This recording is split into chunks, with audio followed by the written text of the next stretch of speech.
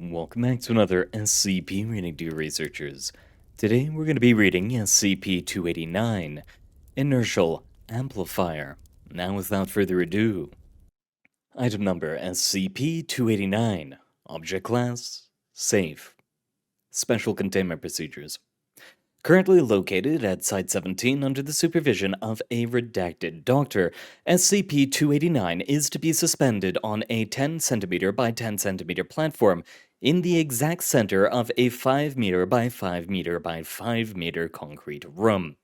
It is to be monitored at all times by no fewer than 2 mounted cameras, whose video feeds will be recorded and archived if deemed necessary upon review. Every 30 days, SCP-289 is to be moved to an identical housing facility on the other side of Site-17 to avoid unnecessary initial buildup. No personnel are allowed to approach closer than a 1.6 meter radius of SCP-289 unless they have prior authorization from 2 Level 3 supervisors attached to this project. Additionally, any personnel interacting with SCP-289 are to have read all authorized documents relating to SCP-289 and to have a thorough understanding of its capabilities and the time limits involved. Description: SCP-289 is an irregularly shaped mass of hematite, iron 2, oxygen 3, with analysis showing trace amounts of aluminum, phosphorus, data expunged, and water.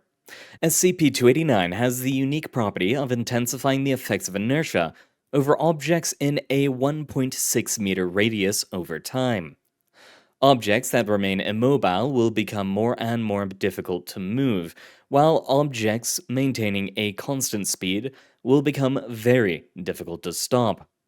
At best estimate, close proximity to SCP-289 increases an object's inertia by 17% every 160 seconds, with a slightly slower reduction of inertia over time to base levels after being removed from SCP-289's active radius.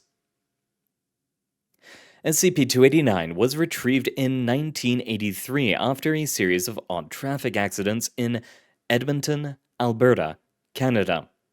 On a redacted date in 1983, a small car sped uncontrollably through the city for 17 minutes until it finally impacted with the side of a butcher's shop and was stopped. All objects located inside the vehicle either exited through the front windshield or were forcibly pressed as far towards the front of the car as they could go. The driver, who remains unidentified, was announced dead at the scene and eventually loaded into an ambulance with some difficulty. On the way to the hospital, the ambulance shared a similar fate as the previous car, with the driver reporting sluggish turning and braking at first, followed by an inability to turn or stop at all, and an intense feeling of being drawn forwards.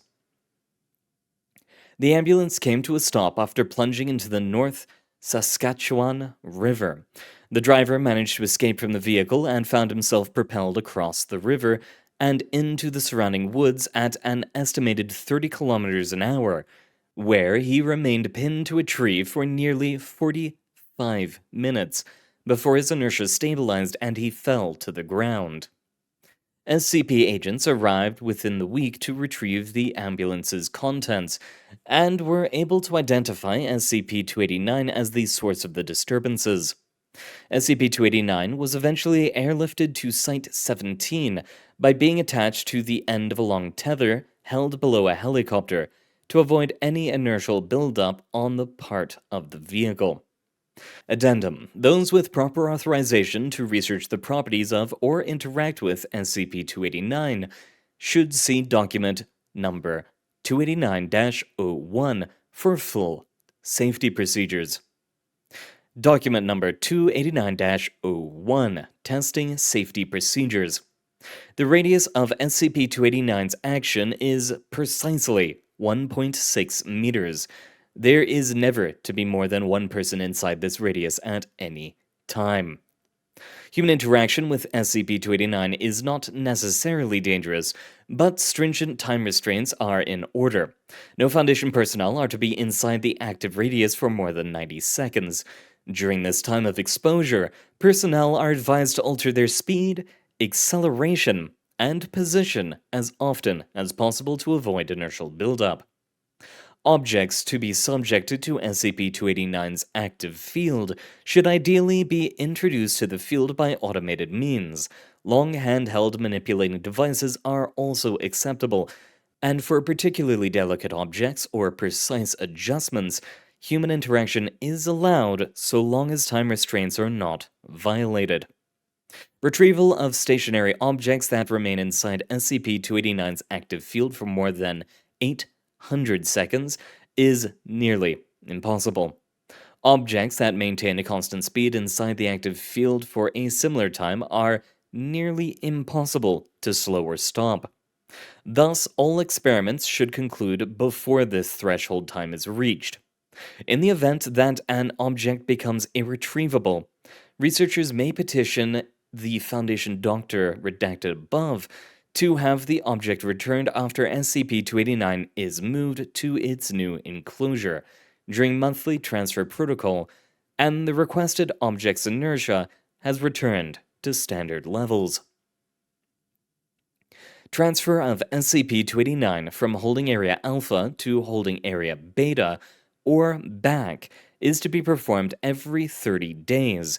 During this procedure, Hallway 121 is to be completely evacuated and all adjoining doors are to be locked at Security Level 3. SCP-289 is to be removed from its suspended platform and placed inside of one of the rubber spheres located in the adjoining storage area. The sphere is to be rolled down the hallway towards the opposite holding area at a speed of no greater than 0.5 kilometers per hour, which should remain steady for the duration of the relocation. Once the sphere comes to a stop, SCP-289 is to be removed and placed on the new suspended platform. It says it changes inertia, but we know for sure it won't change in volume because, well, otherwise, they've done a very bad job of noting that in the description. Would density not be changing? Not inertia? Too much science for me, and I only had a short amount of time in physics, and I don't look to go back. Either way, thank you very much for coming, dear researchers. It has been an honor reading for you. Good luck out there, and I hope to see you all next time.